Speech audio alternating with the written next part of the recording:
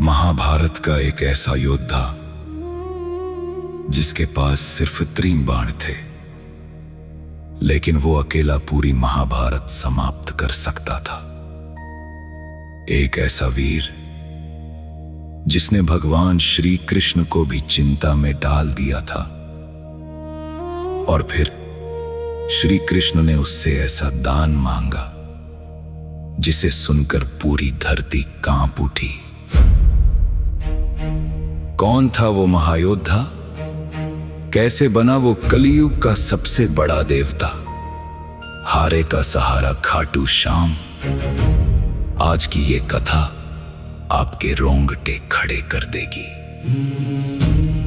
महाभारत काल, जब धरती पर अधर्म बढ़ चुका था, कौरव और पांडवों के बीच युद्ध तय हो चुका था, उसी समय जन्म हुआ एक ऐसे बालक का जो आगे चलकर दुनिया का सबसे महान धनुर्धर कहलाया।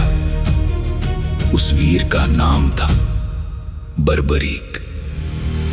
बर्बरीक भीम के पौत्र और घटोत्कच के पुत्र थे।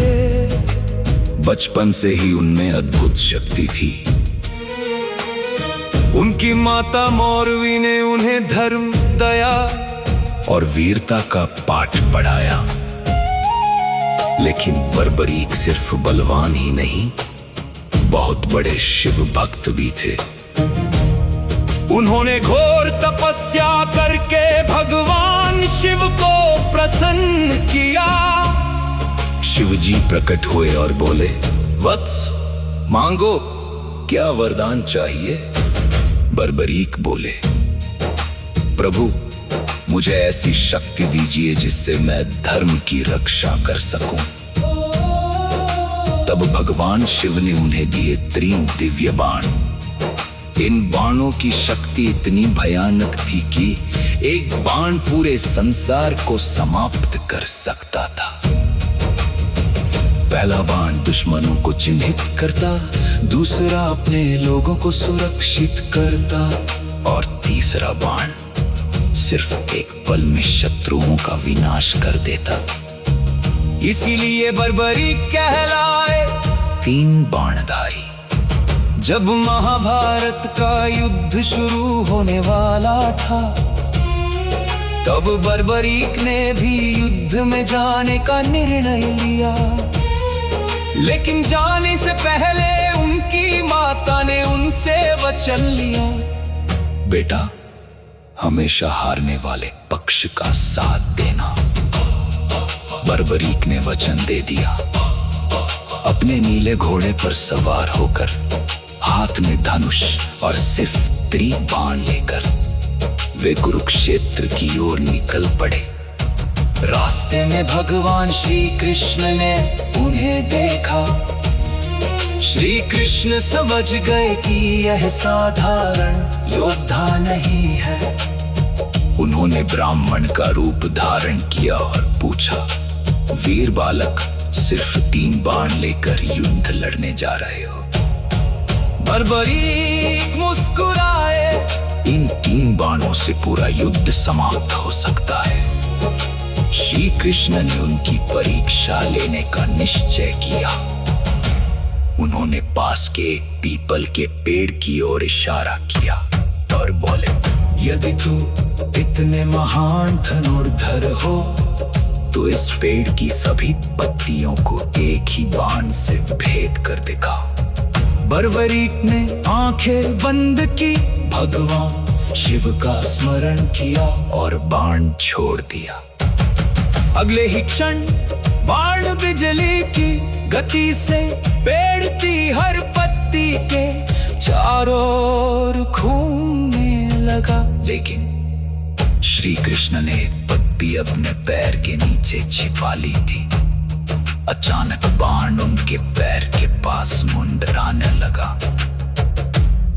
श्री कृष्ण समझ गए कि यह वीर वास्तव में अजय है। श्री कृष्ण जानते थे, यदि बर्बरीक युद्ध में उतर गए तो वे हारने वाले पक्ष का साथ देते देते पूरी सेना समाप्त कर देंगे।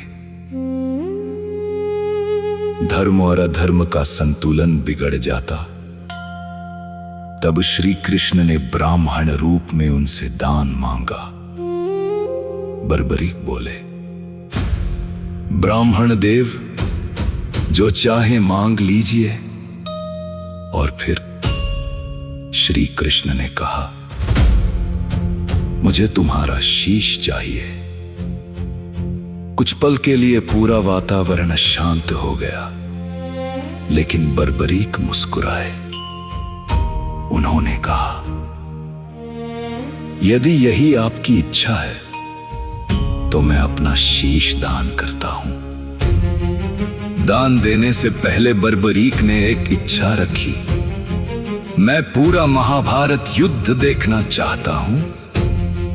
श्री कृष्ण अपने वास्तविक रूप में प्रकट हुए।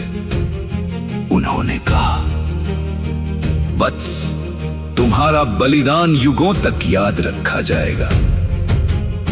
फिर बर्बरीक ने अपना शीश दान कर दिया। श्री कृष्ण ने उनका शीश एक ऊंची पहाड़ी पर स्थापित कर दिया, जहां से उन्होंने पूरा महाभारत देखा। जब युद्ध समाप्त हुआ, तब पांडवों में विवाद हुआ कि विजय का सबसे बड़ा श्रेय किसे जाता है। तब श्री कृष्ण सभी को बर्बरीक के शीश के पास ले गए। उन्होंने पूछा, बताओ, युद्ध में सबसे बड़ा योद्धा कौन था? बर्बरीक बोले, मैंने पूरे युद्ध में सिर्फ श्री कृष्ण का सुदर्शन चक्र चलते देखा।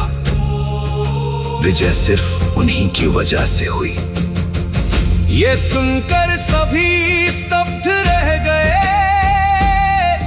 बर्बरीक के त्याग और भक्ति से प्रसन्न होकर भगवान श्री कृष्ण ने उन्हें वरदान दिया, कलयुग में तुम मेरे श्याम नाम से पूजे जाओगे।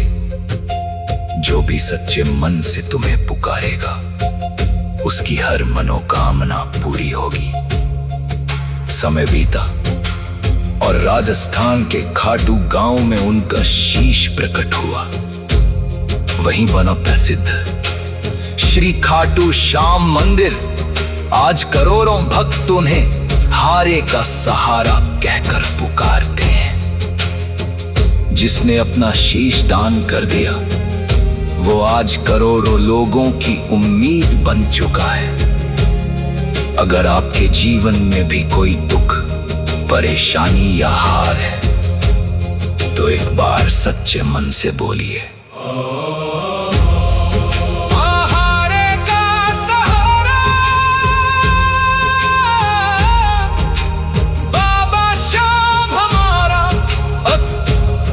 अगर आपको बाबा श्याम की ये अद्भुत कथा पसंद आई हो, तो वीडियो को लाइक करें, शेयर करें और चैनल को सब्सक्राइब जरूर करें।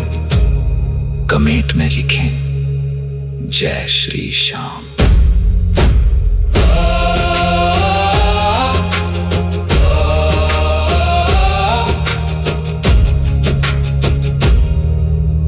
जय श्री श्याम।